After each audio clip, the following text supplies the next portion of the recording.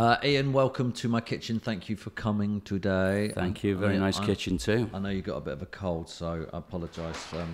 Well, I don't apologise for it, but thank you very much for coming. It's not your fault. It's not my fault, no. I bought you a present. I bought everyone a present. And hold on, let me get my present.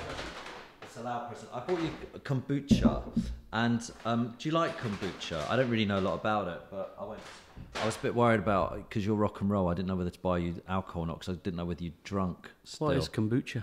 Kombucha, right. Kombucha is a fermented, slightly alcoholic, as in it's not alcoholic, but it feels slightly, lightly effervescent, sweetened black or green tea drink, commonly intended as a functional beverage for its supposed health benefits. So I went to a health shop today and I saw, do you still drink, by the way, or not? I do still drink. Oh, do you? Because I keep buying people alcohol and then they go, well, I don't drink anymore, so I get worried. So I thought I bought you something healthy instead. Fantastic. But I bought you that. And it looks like apple juice, doesn't it? Well, I bought 2 bottles, so I bought a little bottle so we could try it, the 3 of us. So it's an unnamed bottle. That's, yeah, because it's... And I'm going to drink it. So it's got nothing whatsoever on it. I'm going to drink it. Looks a bit like a urine sample. That is a leap of faith, isn't it? Trust. But I got it from the health food shop, and it's Mark. There you go. There's some for you. On Haight-Ashbury. Yeah, it's kombucha. It's all the rage these days. It's in all. Okay. Cheers. I'm going to tell you what flavour I bought us, by the way, because you can have a look. What do you think? It is effervescent. The flavour is Thai. I bought Thai flavour, and it's lemongrass, ginger, kaffir lime leaves, turmeric, and galangal. What? Galangal. So that's it. It's all healthy. How you feeling? It sounds like it should be really healthy. Slightly effervescent. A little bit sweet for me, but you know. I'm not sure about that. It's like a Thai barocca. Yeah, it's like, what do you think? It's a little bit like drinking incense, I'd say. Well, you've got a whole bottle to take Not home that with I you. drink incense regularly, but... Haven't you got any wine you can Sadly, you have to take that I swear I drink.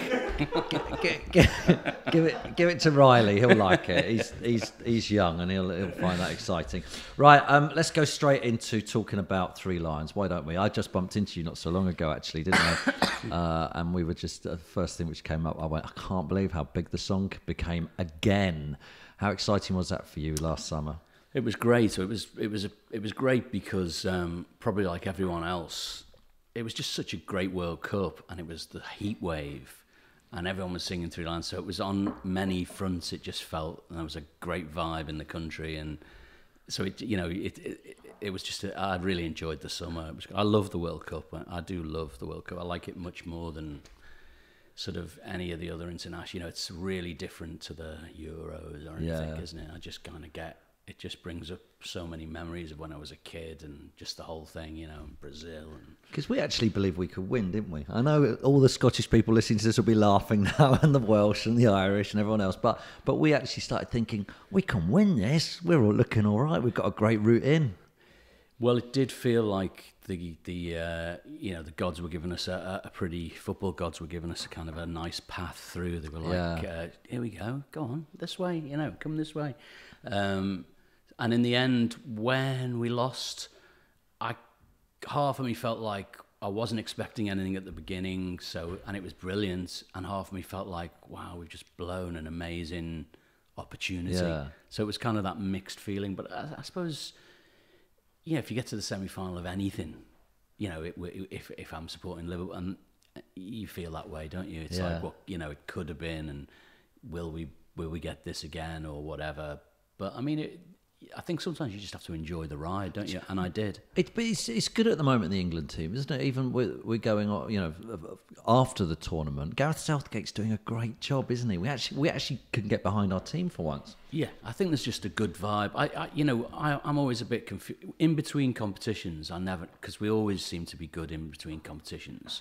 Yeah. So results-wise, I never really take that very seriously. But it does seem like there's a bit of a plan, and they all seem to quite like it there, and they seem a bit relaxed. So I just think on that level, you know, they're all good players, and it's been more of a mystery why all these good players don't kind of play well for years, isn't it? You know. Well, our clubs don't play them. That's why. Actually, your club does. Mine doesn't. So my club develops all the young talent and and gives it away, or refuses to play them. I mean, oh God, being a Chelsea fan's tough. Well, it kind of is because you can't. I don't want this to be a football podcast, but you can't. We've never had any youth team players come through. You're never buying into any players. You're always importing them from somebody else or buying other people's champions or whatever. It's just weird. Yeah, I think if you do want, it's kind of. I always think, obviously, Mourinho synonymous with Chelsea, even though he's at United, and it is that thing of Mourinho was known for instant results, and I think Chelsea, it's a bit like that's the psyche. So you're not going to have a youth. Thing because you want the result now. Us and City, yeah, it's the same thing. Whereas you look at Sir Alex Ferguson, how amazing he was because he used to have all the young kids come through, and he always blood young talent constantly. Some worked, some didn't. But then he'd buy in Eric Cantona or Ronaldo or different times though, really, really different times. You know, I mean, I just think that's like saying, you know, who's better, you know, Bobby Moore or. You know, someone from now. I can't even think of a half. All right, let's get. Well, what does it make you feel like when you hear the fans singing Three Lions? Then, I'm always pleased. Yeah, I'm always, pleased. It's really good. I mean, to be honest with you, I like it when it's not associated with England as well, because I think sometimes, you know, like in the summer, there were loads of Russian fans singing it. In Euro 96, I know people get a bit funny about it, there were German fans. There's been Dutch teams have asked could they change the words and have it for their club, and I'd love it to become, to be honest, I'd love it to become a football song anthem, that can be adapted, you know, I mean, because I suppose all those songs start off with a club and then some of them become just football. Talk us through the process then. How did it actually happen? Remind us. The process, as in once, you know... How you and Frank and David and it all came about. How did it all happen? I think, well, you know, it's funny because this summer there were loads of people I've never heard of in the papers saying that they put it all together, mentored me, pretty much wrote the tune, and I was like, who is this? Oh, okay. And I suppose, you know, success has many fathers, but I think originally, you know, it is that funny thing. I always think with music and with bands, people discover bands or people have an idea, and it's like, I remember there was an advert for Scotland where they said, or no, Ireland, where they said he discovered Ireland, you know, and playing on that thing of, and I suppose everyone discovers something, and 5 people can discover a band, you know, and it doesn't mean they didn't discover them, they just discovered them after the other guy had discovered them, you know, so it's kind of a little bit like that, and I don't really know whose idea it initially was, but when I was asked to do it, I thought it was a bad idea and I didn't really fancy it, so I sort of said, oh no, I don't want to do that, you know, I don't really want to do that. And then I had to sort of think about it, and I was watching fantasy football, really. And I thought, you know what, it might be quite fun if these guys fancied doing it, and I wrote something, and that could be quite, you know, it could be quite good fun, and it would be something a bit away from what I'm doing, a little bit, a project sort of thing. So that was how it initially came about. I sort of contacted them and said, do you fancy doing this?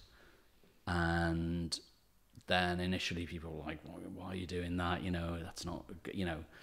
And then we got together and we had a chat about it, and we had a similar idea about if we were going to do something, the things we didn't want it to be than the things we did want it to be. Anfield rap.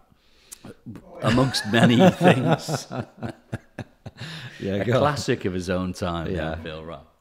But we couldn't get that high, we knew. So we aimed lower than that. So yeah, no, I think it was, you know, because it's tricky with England as well, and it's tricky, you know, with all, you know, there's certain associated things, and there can be a bit of a dark side to it all. So we just really wanted to make sure that we didn't do the cliched things, and that we made it, you know, something joyous. And I think, you know, I think really Frank and David really were instrumental in they really wanted it to be the feeling of, you know, being a football fan is disappointment an awful lot of the time. Do you know what I mean?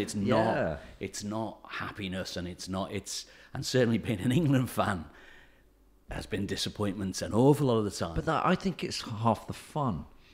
And I think when Chelsea turned into United and started winning everything all the time, I mean, Chelsea fans will hate me for saying this, but I became a little bit disappointed. I quite liked it in the Vialli era and all that sort of era where we might get a cup run.